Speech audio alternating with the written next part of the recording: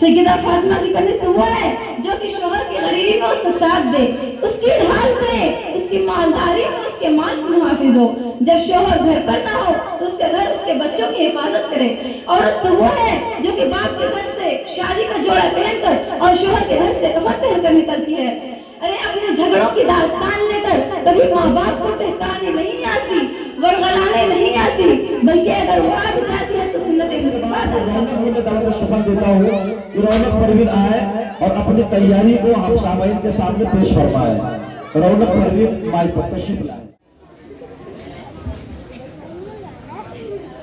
السلام علیکم ورحمۃ اللہ وبرکاتہ۔ نحمده ونصلي على رسوله الكريم أما بعد فأعوذ بالله من الشيطان الرجيم بسم الله الرحمن الرحيم وقرن في بيوتكن ولا تبرجن تبرج الجاهلية الأولى وأقمن الصلاة وآتينا الزكاة اے بچے تم کو اگر بدمعاشی کرنا ہے تو باہر چلے جاؤ، صدق اللہ باہر چلے جاؤ۔ العظیم۔ دیکھو سیدہ فاطمہ کی کنیزوں، آج میں آپ لوگوں سے جو گفتگو کرنے آئی ہوں، ہو سکتا ہے کہ میری کچھ بہنوں کو وہ بات بری لگے، لیکن ایسا کہا جاتا ہے کہ جو بات سچی ہوتی ہے وہ بات ہر کسی کو بری لگتی ہے،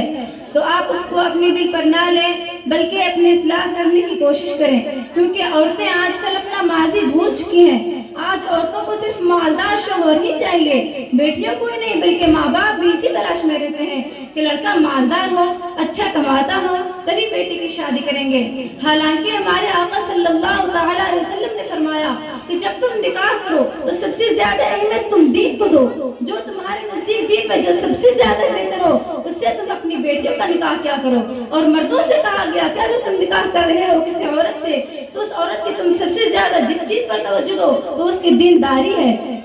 آج کل عورتوں کو کیا ہو گیا ہے، وہ صرف مال ہی دیکھتی ہے، صرف عورتوں کو ہی نہیں بلکہ ماں باپ کا بھی وہی حال ہے، نہ جانے کس رنگ میں رنگے جا رہے ہیں۔ اگر بیٹیاں شوہر کی شکایت کرتی ہیں، ساس کی شکایت کرتی ہیں، سسر کی شکایت کرتی ہیں تو ماں باپ بیٹیوں کو سمجھانے کے بجائے اس کو گھر پر بٹھا لیتے ہیں کہ بیٹی ہم کوئی فقیر تھوڑے نہ ہے کہ ہم تجھے کھلا نہیں سکتے، ہم کوئی مجبور تھوڑے نہ ہے جو تجھے اس ظالم انسان کے پاس رہنے دیں گے، تو ہمارے ہی پاس رہ، جس طرح تجھے 20 سال پالا اسی طرح باقی کی عمر بھی تجھے پال لیں گے۔ ارے نادان ماں باپ، کیا تمہاری مت ماری گئی ہے؟ کیا تمہارے ہاتھ چلنے گئی ہے؟ کیا تمہیں مرنا نہیں؟ کیا تمہیں یہ بات معلوم نہیں کہ موت ایک ایسی حقیقت ہے جس کو کوئی جھٹلا نہیں سکتا؟ تو پھر مجھے بتاؤ، جب تم مر کر مٹی میں مل جاؤ گی اور اس بیٹی کو جس کو تم نے بڑے غرور اور انا کے ساتھ گھر پر بٹھا کر رکھا ہے، اس بیٹی کا کیا حال ہوگا؟ کیا تمہاری روح نہیں کانپے گی بات سوچ کر کہ دنیا کا تو یہ حال ہے کہ بھائی بھائی کے خون کا پیاسا ہو گیا ہے، تو جب اس دنیا سے رخصت ہو جاؤ گی اس وقت اگر تمہارے بیٹا تمہاری بیٹی کو گھر سے نکال دے گا تو اس کا کیا بنے گا؟ وہ تو در بدر کی ٹھوکریں کھاتی مر جائے گی، تمہارے بعد اس کا کوئی پشتانے حال نہ ہوگا اور اس وقت تم اس پر افسوس کرنے کے لیے بھی اس کے پاس نہیں رہو گی۔